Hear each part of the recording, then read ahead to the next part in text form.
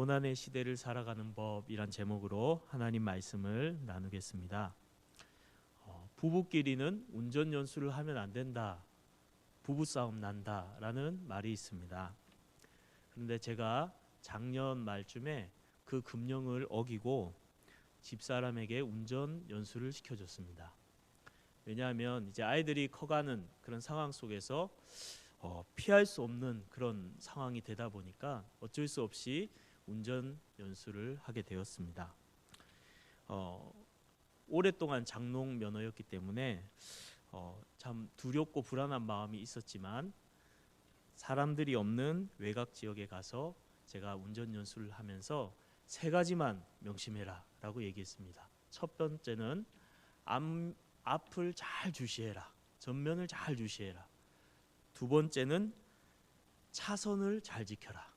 세 번째는 무슨 일이 생기면 무조건 브레이크를 밟아라. 그래서 훈련을 했습니다. 브레이크 밟고, 브레이크 밟고. 그리고 이제 연수로 똑같은 공간을 몇 바퀴 돌고 마지막으로 한 바퀴 더 돌기 위해서 돌고 있는데 갑자기 나뭇잎에 가려져서 안 보이던 우측에서 차량 한 대가 빠른 속도로 달려오고 있는 것입니다. 깜짝 놀라서 제가 뭐라고 말했겠습니까? 브레이크 했습니다.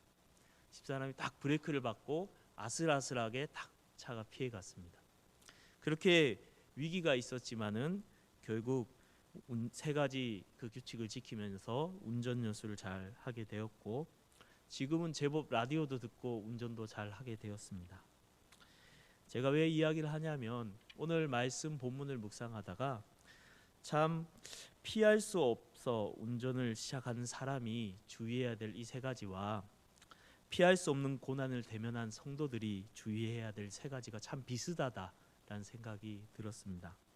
오늘 본문은 베드로전서의 말씀인데요. 베드로전서는 로마 전 국가적인 박해는 아니지만 국지적으로 각 지역마다 기독교에 대한 오해와 적대감이 점점 커져가는 상황 속에서 어떤 그리스도인들은 경제적인 손실을 받기도 하고 어떤 그리스도인은 박해를 당해서 감옥에 들어가기도 하고 또 순교를 당하기도 하는 이런 큰 박해가 점점 강하게 거세져가는 이런 적대감이 거세져가는 고난의 상황 속에서 베드로가 성도들에게 쓴 서신입니다. 그래서 저번에 우리가 살펴봤던 베드로전서에서는 먼저 너희가 믿는 예수 그리스도 복음을 잘 고난 가운데 붙들어라 라고 말씀한 후에 오늘 본문에서는 이 고난의 시대에 너희가 어떻게 살아야 되는지 구체적으로 세 가지 교훈을 우리에게 주고 있습니다.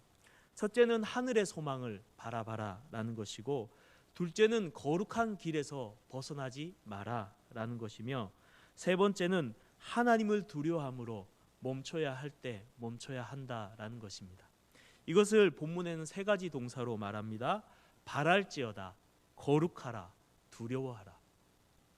이 세 가지를 오늘 이 시간 함께 살펴보고자 합니다.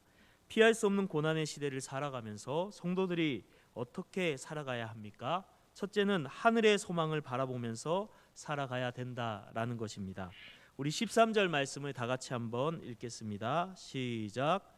그러므로 너희 마음의 허리를 동이고 근신하여 예수 그리스도께서 나타나실 때에 너희에게 가져다 주실 은혜를 온전히 바랄지어다. 아멘. 여기서 바랄지어다 라고 명령을 합니다. 이 바라다는 이 단어는 엘피조라는 헬라어인데요. 뜻이 뭐냐면 기대하다, 소망하다, 바라다 라는 의미입니다. 그렇습니다. 성도들은 기대해야 됩니다. 성도들은 바라야 됩니다. 성도들은 소망해야 됩니다. 무엇을 기대하고 무엇을 바라고 무엇을 소망하고 무엇을 바라보면서 성도들은 살아가야 될까요? 오늘 본문에 보니까 예수 그리스도께서 나타나실 때에 너희에게 가져다 주실 은혜를 온전히 바랄지어다 라고 말하고 있습니다. 예수님이 다시 오실 때에 재림하실 때에 나타나실 때에 주실 은혜가 있다. 그 은혜를 온전히 소망하고 기대하고 바라봐라 라고 오늘 본문은 우리에게 말씀하고 있는 것입니다. 예수님께서 2000년 전에 오셨을 때에 그 예수님이 오심을 통해서 우리가 얼마나 큰 은혜를 누렸습니까? 정말로 자격 없고 정말 예수 그리스도를 대적하고 추악하게 살아갔던 죄인이었던 우리들을 위해서 자기 아들 예수 그리스도를 이 땅에 보내셔서 대신 십자가에 못 박아 죽게 하시고 우리의 모든 죄를 다 도말하시고 용서하신 놀라운 속죄의 은혜를 우리가 입은 줄 믿습니다. 성령을 우리에게 선물로 주셔서 성령 충만 가운데 살아가는 참된 행복을 깨닫게 하시고 그 성령 안에 있는 기쁨과 평강을 우리에게 은혜로 주셨습니다. 뿐만 아니라 하나님의 자녀가 될 자격이 없는 우리들을 하나님의 자녀라는 거룩하고 존귀한 신분을 주시고 하나님께 사랑받는 놀라운 지위를 우리에게 허락해 주셨습니다. 이렇게 우리가 예수님을 믿고 나서 누리는 은혜가 얼마나 큽니까? 저는 이 땅을 살아가면서 저 개인적으로, 아니 다른 성도님들도 마찬가지일 겁니다. 언제가 제일 행복하냐라고 저에게 묻는다면 저는 조금도 망설임 없이 은혜 받을 때요 라고 말하고 싶습니다. 은혜 주실 때에, 말씀에 은혜 받을 때, 기도하면서 은혜 받을 때, 찬양하면서 은혜 받을 때, 삶 속에 무지하고 죄악된 내 모습을 하나님 깨닫게 해줘서 통회의 눈물을 흘리고 은혜를 주실 때에 나의 하나님의 크신 사랑으로 나를 붙들고 인도해 가시는 것을 아바 아버지라고 부르게 하신 이 놀라운 사랑을 깨닫게 될 때에 은혜 받는 그 순간에 성도는 가장 행복한 줄로 믿습니다. 이 은혜 받을 때가 가장 행복한데 오늘 본문에 뭐라고 말하냐면 이 땅에서 우리가 있는 이 은혜, 이게 다가 아니다라고 말합니다. 예수님이 다시 오실 때에 주실 은혜가 있다는 것입니다. 이 땅에서 누렸던 우리의 은혜가 얼마나 크고 놀라운 것입니까? 하지만 그것은 장차 주님께서 오셔서 우리에게 주실 은혜에 비하면 맛배기에 지나지 않습니다. 은혜의 클라이막스, 은혜의 절정이 아직 오지 않았습니다. 주님 다시 오실 때에 우리에게 주신 은혜, 이 땅을 살아가면서 우리가 받았던 가장 큰 은혜보다 비교할 수도 없는 완전한 하나님의 은혜가 우리에게 선물로 주어질 줄로 믿습니다. 그것을 온전히 바랄지어다 라고 성경은 이야기하고 있는 것입니다. 그러면 주님께서 이 땅에 다시 오실 때에 우리에게 주어질 은혜가 무엇입니까? 이 땅을 살아가면서 우리는 얼마나 마음이 아프고 눈물 날 때가 많은지 모릅니다. 신방을 하면서 다니다 보면 질병으로 몸이 아파서 고통하는 성도들을 보게 됩니다. 육신의 연약함으로 시달리는 성도들을 보게 됩니다.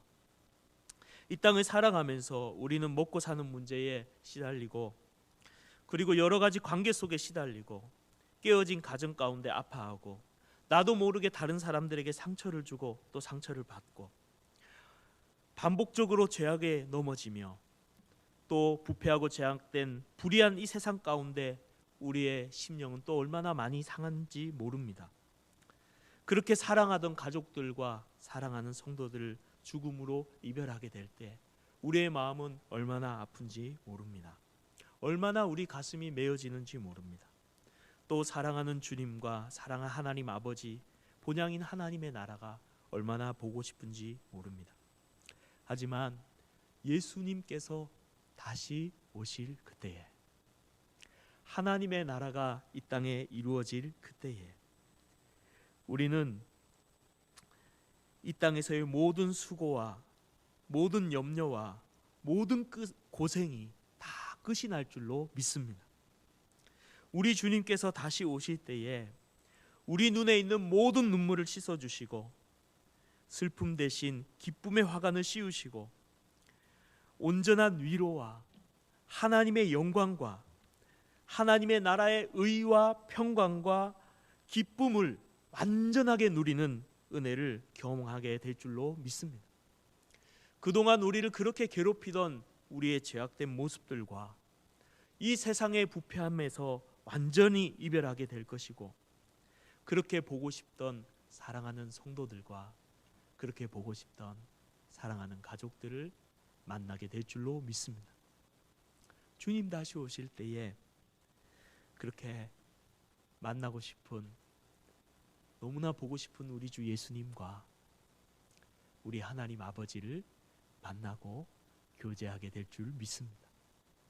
하나님이 우리에게 주실 은혜, 이 땅의 그 어떤 것보다도 비교할 수 없는 그 선물이, 여러분, 그것을 하나님 아버지께서 우리를 위해서 준비해 놓으신 줄로 믿습니다. 이 은혜를 오늘 본문은 온전히 바랄지어다 라고 말합니다. 온전히 바랄지어다. 여러분, 하나님 나라를 소망하십니까? 하나님 나라를 바라보십니까? 정말 천국이 있고 예수 그리스도께서 다시 오실 때 새하늘과 새 땅이 되어지는 영광스러운 완성된 하나님의 나라가 우리를 위해서 예비된 것을 믿으십니까? 여러분, 성도는 천국을 믿는 사람들입니다. 하나님 나라를 정말로 믿는 사람들입니다. 신앙생활을 하다 보면 우리도 모르는 사이에 이 땅에 먹고 살기가 얼마나 힘들고, 이 땅에 가슴 아픈 일이 얼마나 많고, 정말 힘든 일이 얼마나 많아요. 그것을 무시하는 것이 아닙니다. 현실을 회피하라는 얘기도 아니에요. 그 속에서 우리는 져야 될 십자가가 있고, 감당해야 될 고난도 있고, 수고해야 될 고생도 있습니다. 하지만 그 땅만을 바라봐서는 안 됩니다. 성도는 우리가 살아가는 이 땅과 또한 그 땅을 뛰어넘어 영원한 하나님 나라까지 바라보고 사는 사람들인 줄 믿습니다. 이 세상이 전부인 것처럼 이 땅만을 바라보고 살아간다면 우리는 고난이란 이 문제 앞에서 쓰러질 수밖에 없지만, 우리에게 예비된 하나님의 나라를 온전히 바라보게 된다면 우리 앞에 닥친 고난과 시험도 우리가 능히 이기게 될 줄로 믿습니다. 여러분, 발레리나가 백조의 호수나 이런 율동을 할 때 보면 제자리에서 뱅글뱅글 도는 거 보셨죠? 열 몇 바퀴씩, 막 19바퀴씩 넘어지지 않고 돌아갑니다. 그 넘어지지 않고 돌아가는 비결이 뭐냐면, 돌 때 보시면 돌면서 고개를 빨리 끝까지 보다가 빨리 돌려서 딱 한 점을 봐요. 돌 때 관객에 있는 그 한 점만을 딱 기준을 삼아 놓고 그것만을 바라보면서 돈다고 합니다. 그때 넘어지지 않는 것이죠. 그런데 그 발레리나가 다른 곳을 보기 시작하면 회전하면서 넘어질 수밖에 없다는 거예요. 우리 신앙도 마찬가지예요. 하나님이 가져다 주실 은혜, 하나님의 나라를 온전히 바라볼 때, 온전히 기대할 때, 온전히 소망을 가질 때 고난 앞에서 성도들은 넘어지지 않을 줄 믿습니다. 그런데 하나님의 나라가 보이지 않고 마음의 허리를 동이고 근신해야 되는데 마음의 허리가 해이해지고 풀어지고 영적으로 잠이 들어서 하나님 나라가 보이지 않고 이 땅의 것만 보이기 시작한다면 수많은 고난 앞에 우리는 넘어질 수밖에 없습니다. 초대교회 성도들이 고난과 박해 속에서도 신앙을 지키고 예수 그리스도가 나의 주님이라고 외치고 순교의 자리까지 나아갈 수 있었던 이유는, 고난을 그렇게 이겨냈던 이유는 하나님의 나라를 온전히 바라보았기 때문입니다.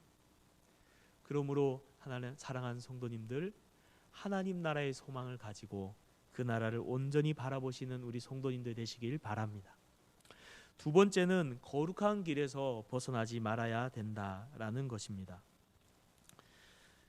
운전을 하다가 보면은 정말 위험한 게, 갑자기 앞에 가던 차가 옆으로 계속 좌우로 흔들리는 것을 보면은 굉장히 위험해 보입니다.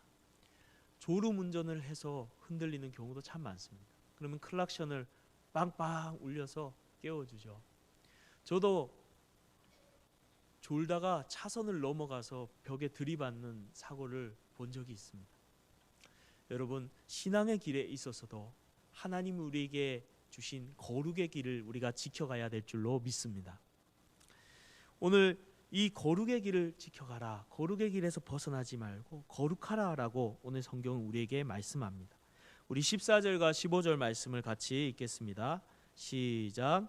너희가 순종하는 자식처럼 전에 알지 못할 때에 따르던 너희 사욕을 본받지 말고 오직 너희를 부르신 거룩한 이처럼 너희도 모든 행실에 거룩한 자가 되라. 아멘. 여기서 보니까 너희 사욕을 본받지 말고 라고 말합니다. 여기서 사욕은 무엇이냐면 에피디니아라는 헬라어인데 충동, 욕망, 갈망이라는 것입니다. 너희의 충동, 욕망, 갈망을 본받고 따라가고 순종하지 말라는 것입니다. 어떤 충동입니까? 전에 알지 못하던 때에 따르던 충동입니다. 즉 예수 그리스도를 모를 때 따라갔던 죄악된 충동과 욕망과 갈망을 따라가지 말라라고 오늘 말씀하고 있습니다. 사랑하는 성도님들, 그리스도 예수님을 믿는 우리들은 그리스도 예수의 사람들, 육체와 함께 그 정욕과 탐식을 십자가에 못 박은 사람인 줄로 믿습니다. 더 이상 죄의 종이 아니다라고 선언하고 있습니다. 저에게 삶의 주도권을 내어주지 말라라고 선언하고 있습니다. 그러므로 예수 믿기 전에 따라갔던 욕망, 충동, 갈망을 따라서 살아가서는 안 되는 것입니다. 그러한 모든 행실과 그러한 모든 우리의 삶의 습관들을 끊어버리고 내어버려야 될 줄로 믿습니다. 여러분, 제가 석포교에 오면서 이사를 했는데요, 짐을 엄청나게 많이 버렸습니다.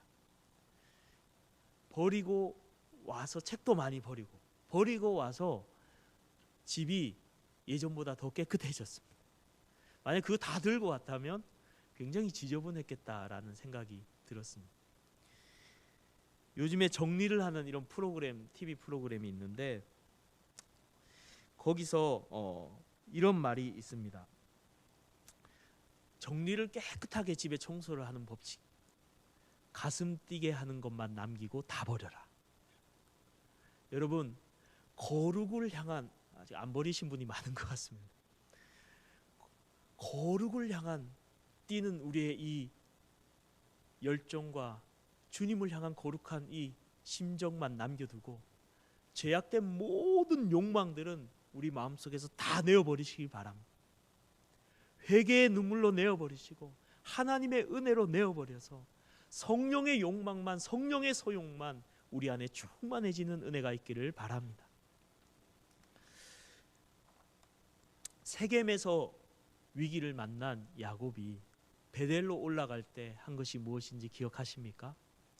그들 가족들이 가지고 있었던 모든 우상들을 다 꺼내어서 땅에 묻어버리고 나아간 것입니다. 우리 가운데 예수 그리스도를 따라가기에 발목을 잡는 모든 죄악들을 다 내어버릴 때에 우리가 거룩을 향해 나아가게 될 줄로 믿습니다. 16절 말씀 같이 읽겠습니다. 시작. 기록되었으되 내가 거룩하니 너희도 거룩할지어다 하셨느니라. 그러면 어떻게 거룩해야 됩니까? 여기서 내가라는 것은 우리 하나님 아버지를 말합니다. 하나님 아버지, 너희 아버지가, 너희가 섬기는 하나님이 거룩하시니 너희도 거룩하라 라고 말하는 것입니다. 여러분, 사랑하면 닮게 되는 거 아십니까? 처음에 집사람과 전 식습관도 완전히 달랐고 생활 습관도 달랐지만 사랑하니까 조금씩 닮아가는 부분들이 생겨나더라고요. 하나님 아버지께서도 마찬가지입니다. 우리를 향해서 내가 거룩하니까 너희도 거룩하라 라고 말씀하고 계십니다. 추석 명절 때인데 작년인가요? 그쯤 된 것 같습니다. 명절 때 친척네에 우리 아이들을 데리고 가면 아이들이 너무 좋아합니다. 왜냐하면 평소에 집에서 TV를 잘 안 보여주는데 친척네 가면 무한적으로 TV를 볼 수 있기 때문에, 그래서 TV를 며칠 동안 주야로 계속 묵상하고 오면은 집에서도 TV를 그렇게 보는 것입니다. 저는 굉장히 그게 속이 상했습니다. 야, 아빠는 책을 좀 이렇게 읽는데 너희들도 책을 좀 읽어봐라 해도 전혀 책을 안 읽는 것입니다. 책을 좀 읽었으면 좋겠는데. 그래서 제가 집에서 사실 책을 잘 안 읽고 이제 교회에서 설교 준비하거나 이럴 때, 또 밤늦게 이럴 때 봤는데 어느 날인가 시간에 쫓겨서 집에서 말씀을 묵상하고 이렇게 본 적이 있습니다. 책상에 앉아서 보는데 그렇게 TV를 보려고 했던 이 녀석들이 스스로 한 명씩 책상에 앉는 것입니다. 큰 테이블에 있는데, 그래서 책을 꺼내서 읽는 거예요. 아들도 딸도. 막내는 퍼즐을 가져와서 책상에서 퍼즐을 하면서. 그런데 그 모습을 바라보는데 나중에는 한 녀석이 끝까지 남아서 졸리는데 눈을 비비면서까지 막 책을 보더라고. 근데 그것을 딱 보는데 너무나, 제 자식이라 그런지 모르겠지만 너무나 이쁘고 사랑스러운 거예요. 나를 따라하는 그 모습이, 내가 원하는 대로 하는 그 모습이. 그런데 순간 이런 마음이 들었습니다. 하나님 아버지도 마찬가지이시겠구나. 우리가 하나님을 닮아가려고 몸부림칠 때, 그래서 하나님을 조금씩 닮아가는 모습을 보일 때 그러한 우리를 바라보시는 하나님의 얼굴은 어떠하실까? 하나님께서 미소 짓고 계실 줄 믿습니다. 하나님께서 우리가 하나님을 닮아 거룩하기를 원하십니다. 그렇다면 우리가 어디까지 거룩해져야 되는 것일까요? 오늘 성경 말씀에 보니까 15절에 너희도 모든 행실에 거룩한 자가 되라 라고 말합니다. 사랑하는 성도님들, 우리는 교회에서 거룩해야 될 줄로 믿습니다. 우리는 집에서도 거룩해야 될 줄 믿습니다. 우리는 직장 가서도 거룩해야 될 줄로 믿습니다. 시장에 가서 장을 보면서도 우리는 거룩해야 될 줄 믿습니다. 그리고 말 안 듣는 아이들을 대할 때도 거룩해야 될 줄 믿습니다. 그리고 이건 제가 회개해야 될 것 같은데, 운전대를 잡을 때에도 우리가 거룩해야 될 줄 믿습니다. 혼자 있는 시간에도 거룩해야 될 줄 믿습니다. 가정에서도 거룩해야 될 줄 믿습니다. 평안할 때도 거룩해야 될 줄 믿습니다. 고난의 때에도 거룩해야 될 줄 믿습니다. 고난이 올 때에 거룩을 포기하면 여러분 고난을 받지 않게 됩니다. 같이 타락하면 같이 세상처럼 됩니다. 하지만 거룩을 지킬 때에 고난은 거세져 옵니다. 하지만 예수 그리스도께서 고난을 당하고 십자가의 길을 걸어가신 것처럼 우리도 고난 가운데 거룩의 길에서 벗어나지 않고 예수 그리스도를 따르는, 자기 십자가를 지는 우리 성도님들이 되시기를 축복합니다. 마지막 세 번째, 고난의 때에 우리는 어떻게 살아가야 됩니까? 하나님을 두려워하면서 살아가야 됩니다. 우리 17절 말씀을 같이 한번 읽도록 하겠습니다. 17절입니다. 시작. 외모로 보시지 않고 각 사람의 행위대로 심판하시는 이를 너희가 아버지라 부른즉 너희가 나그네로 있을 때에 두려움으로 지내라. 아멘. 하나님을 두려워하라라는 것입니다. 사실 이 말씀이 잘 와닿지 않죠. 하나님 사랑의 하나님인데 하나님을 두려워하라니요. 하지만 하나님을 두려워하라는 것은 분명한 성경의 가르침입니다. 신약 성경에서는 두려움과 떨림으로 너희 구원을 이루라라고 말씀하시고, 구약 성경에서 여호와를 경외하라라는 이 경외하라는 말은 두려워하라라는 말입니다. 그러면 하나님을 두려워하라라는 말의 의미가 무엇입니까? 하나님을 가볍게 여기지 말라, 우습게 여기지 말라, 업신 여기지 말라는 말씀입니다. 하나님이 없는 것처럼 살아가지 말라는 것입니다. 사랑하는 성도님들, 하나님을 두려워하시길 바랍니다. 이 하나님을 두려워하는 것은 마치 우리 영혼의 브레이크와 같습니다. 죄악된 길로 나아갈 때 하나님을 두려워하는 사람은 그 걸음을 멈추었습니다. 요셉이 그러한 사람이었습니다. 보디발의 아내가 유혹했을 때에 사람들이 아무도 없다고 같이 죄를 지어도 된다는 그 유혹 앞에서 요셉은 내가 어찌 이 큰 악을 행하여 하나님께 죄를 지으리까 라고 고백하면서 하나님을 두려워하는 그 마음으로 죄의 길에서 멈추었습니다. 그렇습니다. 하나님을 두려워할 때 우리는 참으로 하나님이 기뻐하시는 삶을 살아가게 되는 것입니다. 하나님을 두려워한다는 것은 하나님을 향한 공포심이 아닙니다. 무서워서 벌 받을까 봐 벌벌 떨면서 그냥 그 공포에 사로잡혀서 하나님 앞에 억지로 순종하는 순종이 아닙니다. 17절에 보면 이렇게 말씀합니다. 너희가 아버지라 부른즉. 하나님을 두려워하라는 이 말씀 속에 하나님이 아버지라는 것을 다시 한번 상기시키면서 두려워하라라고 말합니다. 그렇습니다. 하나님 아버지십니다. 자녀인 우리들을 사랑하고 우리를 위해서 아들 예수님을 내어주신, 우리를 사랑하시는 우리의 아버지십니다. 동시에 하나님은 세상을 심판하시는 심판주이십니다. 우리를 하나님을 아버지로만, 사랑의 하나님으로만 생각해서는 안 됩니다. 하나님을 심판주로서만, 공의의 하나님으로서만 생각해서는 안 됩니다. 성경은 두 가지 다 말하고 있습니다. 하나님은 사랑의 하나님이신 동시에 공의의 하나님이신 것입니다. 어린아이를 키우다 보면 애들이 자아가 생기고 고집이 생깁니다. 이쁘다 이쁘다 하면은 이 아이가 점점 서열이 헷갈려서 아버지, 어머니, 할머니, 할아버지 위에 자기가 있는 줄 알아요. 그래서 말을 정말 안 듣습니다. 특별히 한 5살 되면요.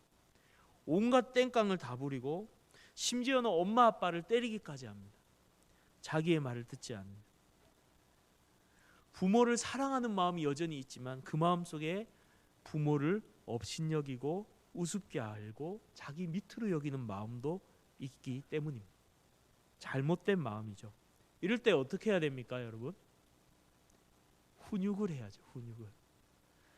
팔다리를 딱 잡고 못 움직이게, 잘못한 그 아이 현장을 붙잡아서 잡고 그 아이의 마음을 충분히 헤아려 준 후에, 그리고 그 행동이 잘못되었다고 분명하게 알려주고, 그렇게 하면 안 된다라고 이야기하고, 그 아이가 고집 부리고 몸부림쳐더라도 끝까지 잡고 그 아이의 잘못을 알려주고, 필요하다면 자문에 말한 대로 매를 대기도 하고, 그렇게 할 때에 이 아이의 입에서 이런 고백이 나옵니다.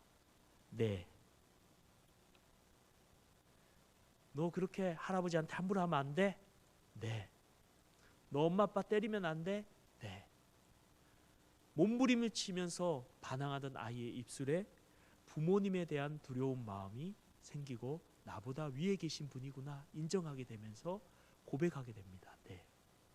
그 뒤로 이 아이가 바뀌는데, 옷걸이에 옷 걸어놔라. 네. 하고 걸어놓고, 인사 잘해야지. 네. 하고 인사하게 됩니다. 왜죠? 그 전까지는 부모님을 사랑했지만 부모님을 대해서 두려워하고 공경해야 될 마음이 없었습니다. 그런데 부모님을 사랑할 뿐 아니라 공경하는 마음, 두려워하는 마음이 생겼기 때문에 그 아이가 바르게 쓰는 것입니다. 하나님을 두려워하는 것도 동일합니다.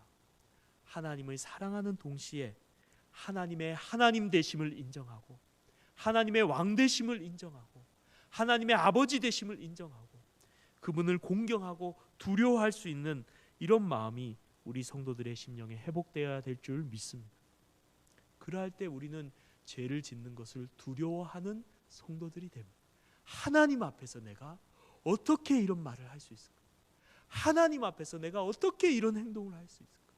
하나님 앞에서 내가 어떻게 이런 악한 마음을 품을 수 있을까? 하나님 앞에서 내가 어떻게 이런 죄를 지을 수 있을까? 하나님을 두려워하는 마음이 생기는 것입니다.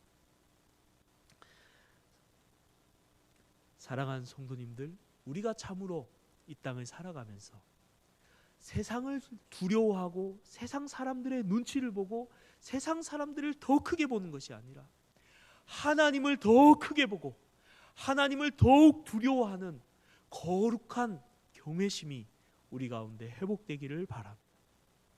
그러할 때 우리의 삶 가운데 참으로 하나님이 기뻐하시는 삶을 살아가고 세상의 위협과 고난 속에서도 거룩의 삶을 살아가게 될 줄로 믿습니다. 말씀을 마무리하겠습니다. 이 고난의 시대를 살아갈 때에 우리는 어떻게 살아가야 됩니까? 하나님 나라의 소망을 가져야 됩니다. 그러할 때 우리는 이 땅의 고난을 이겨낼 수 있습니다. 두 번째, 거룩의 길에서 벗어나지 말아야 됩니다. 고난을 피하기 위해서 신앙을 저버리고 거룩한 삶을 저버려서는 안 되는 것입니다. 우리의 십자가를 지고 거룩의 길로 계속해서 걸어 나가야 됩니다. 세 번째, 하나님을 두려워해야 합니다.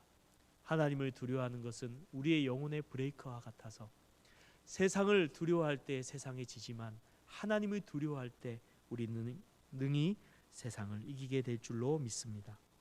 이러한 삶을 살아감으로 고난 앞에서 참된 영혼의 베스트 드라이버로 믿음의 경주를 달려가는 우리 성도님들이 되시기를 축복합니다. 시간 다 같이 찬양하겠습니다.